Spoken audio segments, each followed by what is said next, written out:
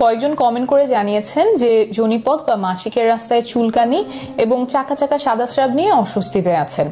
পাশাপাশি কারো কারো প্রস্রাবের সময়, সহবাসের সময় একটু জ্বালাপোড়া করছে, ব্যথা করছে। এর কারণ আর সমাধান জানতে চেয়েছেন। যে অভ্যাসগুলোর কারণে এই সমস্যাটা দেখা দেয়, কিন্তু এগুলো আমাদেরকে কেউ শেখায় না, কেউ বলে দেয় না, সেগুলো নিয়ে আজকে আমি আর ডাক্তার ইমা ইসলাম কথা বলবো। আর এই সমস্যাটা যদি দেখা দিয়েই দেয়, তখন বাসায় বসে কি করবেন আর চিকিৎসা কি সেটাও শেষে বলে দিব। তো এই যে যোনিপথে বা মাসিকের রাস্তায় চুলকানি, চাকা চাকা সাদা স্রাব, এটা সাধারণত হয় ফাঙ্গাল ইনফেকশনের কারণে। অনেকের ক্ষেত্রে এটা দেখা দেয় কারণ যোনিপথটা ভেজা থাকে। তো যোনিপথটা তো দিনে বিভিন্ন কারণেই ভেজাতে হয়, পরিষ্কার করতে হয়। পরিষ্কার করার পরে একটু খেয়াল করে সময় নিয়ে জায়গাটা শুকিয়ে নেবেন। আর পরিষ্কার করার ক্ষেত্রে অবশ্যই মাথায় রাখবেন যে মাসিকের রাস্তার ভেতরটা কিন্তু আপনার পরিষ্কার করতে হবে না, এটা নিজে থেকেই নিজেকে পরিষ্কার রাখে। শুধুমাত্র বাইরের জায়গাটা পরিষ্কার করবেন। পরিষ্কার নিয়ে ডক্টর ইমা ইসলাম, আপনি একটু আগে একটু বলছিলেন যে যে জিনিসগুলো দিয়ে অনেকে পরিষ্কার করে, যেটা আমাদের এই ফাঙ্গাল ইনফেকশনের সম্ভাবনা বাড়ায়। হ্যাঁ, ওই যেটা বলছিলাম সেটা হলো যে অনেকে দেখা যায় যে সাবান, শাওয়ার জেল এগুলো ইউজ করছেন। কেউ কেউ আবার এখন নতুন করে কিছু স্পেশাল মানে বিশেষভাবে বানানো ভ্যাজাইনাল ওয়াশ পাওয়া যায়, সেগুলো ব্যবহার করেন। আবার কেউ কেউ পারফিউমও ব্যবহার করেন। এগুলোর সবগুলোই কিন্তু যোনিপথের যে পরিবেশটার কথা ডক্টর তাসনিম জারা বলছিলেন, সে পরিবেশে একটু সমস্যা তৈরি করতে পারে। এর জন্য এইগুলো কিছু যদি ব্যবহার করতেই হয়, শুধু বাইরের অংশে ব্যবহার করবেন, যোনিপথের ভেতরে ব্যবহার করবেন না। আর এই যে এই জায়গাটাতে আমরা কোন কাপড়টা পরছি সেটাও খুব গুরুত্বপূর্ণ। অন্তর্বাস বা আন্ডারওয়্যার, ইভেন পায়জামাটাও সেটা সুতির কাপড়ের হলে ভালো হয়। যেটা এই যেই কাপড়টা এই জায়গাটার কাছাকাছি থাকবে, সংস্পর্শে থাকবে, সেটা সুতির কাপড় হলে ভালো হয় এবং ঢিলে ঢালা হলে ভালো হয়। কারণ খুব টাইট বা আটসাট জামা, অন্তর্বাস, আন্ডারওয়্যার যদি এই জায়গাটাতে থাকে, তখন সেটাই ফাঙ্গাসের গ্রোথ অর্থাৎ ফাঙ্গাল ইনফেকশনের সম্ভাবনাটা বাড়িয়ে দেয়। তাই কোন কাপড়টা আমরা ওখানে পরছি এটা খুব খেয়াল রাখতে হবে। সুতির কাপড়, ঢিলে ঢালা কাপড় হলে খুব ভালো হয়। আরেকটা কথা, আমাদের দেশে অ্যান্টিবায়োটিক অনেক সহজলভ্য। দেখা যায় বিভিন্ন রোগ টোগ হলে ফার্মাসিতে গিয়ে আমরা অ্যান্টিবায়োটিক কিনে খেয়ে ফেলি।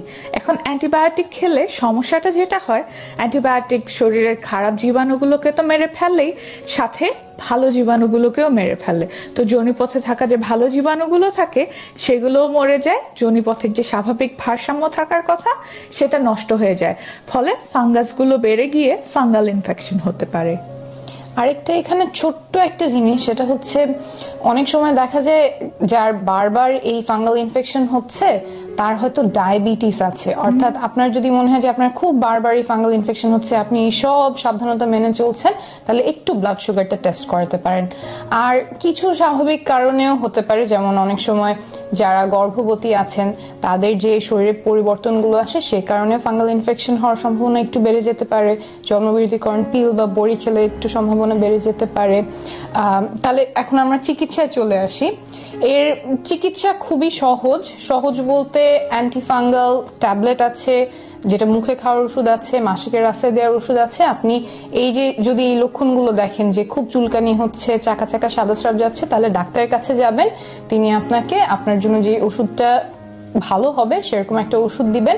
একটু এখানে যে খেয়াল রাখবেন সেটা হচ্ছে, আপনি যদি গর্ভবতী হন তাহলে আপনার জন্য মুখে খাওয়ার অ্যান্টিফাঙ্গাল ওষুধ হবে না, মাসিকের রাস্তায় দেওয়ার ওষুধটা হবে। আর যদি আপনি গর্ভবতী হওয়ার চেষ্টা করছেন, এমন অবস্থাতেও থাকেন বা গর্ভবতী হতে পারেন আগামী কয়েক সপ্তাহে, সেই ক্ষেত্রেও এই সাবধানতাটা মেনে চলতে পারেন। আর যদি ডাক্তারের কাছে যেতে মনে হয় একটু দেরি হচ্ছে কিন্তু চুলকানিতে খুব অস্বস্তি লাগছে, তখন বাসায় বসেই যে কাজটা করতে পারেন, ডক্টর ইমা যদি একটু বলেন। বাসায় বসে যে কাজটা করে অনেকেই আরাম পান, সেটা একটা সহজ টিপস। সেটা হলো একটা বড় বোল বা গামলার মধ্যে একটু কুসুম গরম পানি আর লবণ সেটা মিশিয়ে অনেকে সেখানে বসে থাকেন। বসে থাকলে এখানে যে চুলকানি বা সিমটম গুলো আছে সেখানে আরাম পাওয়া যেতে পারে। আর আরেকটা জিনিস সেটা হলো যে দই অনেকে ব্যবহার করেন এই চুলকানি কমানোর জন্য। এটা নিয়ে একটা গবেষণা আছে, তেহরান ইরানে 2015 সালে প্রকাশিত একটা গবেষণা আছে, যেখানে দেখা গেছে যে অ্যান্টিফাঙ্গাল ক্রিমের সাথে তুলনা করা হয়েছে মধু এবং দইয়ের একটা কম্বিনেশনে তৈরি করা একটা ক্রিম। সেখানে দেখা গেছে কিছু লক্ষণ কমাতে দই এবং মধুর যে ক্রিমটা সেটা ভালো কাজ করেছে, কিন্তু যেই ফাঙ্গাসের কারণে ইনফেকশনটা হচ্ছে সেইটা দূর করতে অ্যান্টিফাঙ্গাল ক্রিমটাই বেশি কার্যকরী ছিল। তো আমার যদি ফাঙ্গাল ইনফেকশন হয় তাহলে আমি আসলে দই বা টক দই, মধু এগুলো ব্যবহার করব না, আমি অ্যান্টিফাঙ্গাল ক্রিমের দিকেই যাব।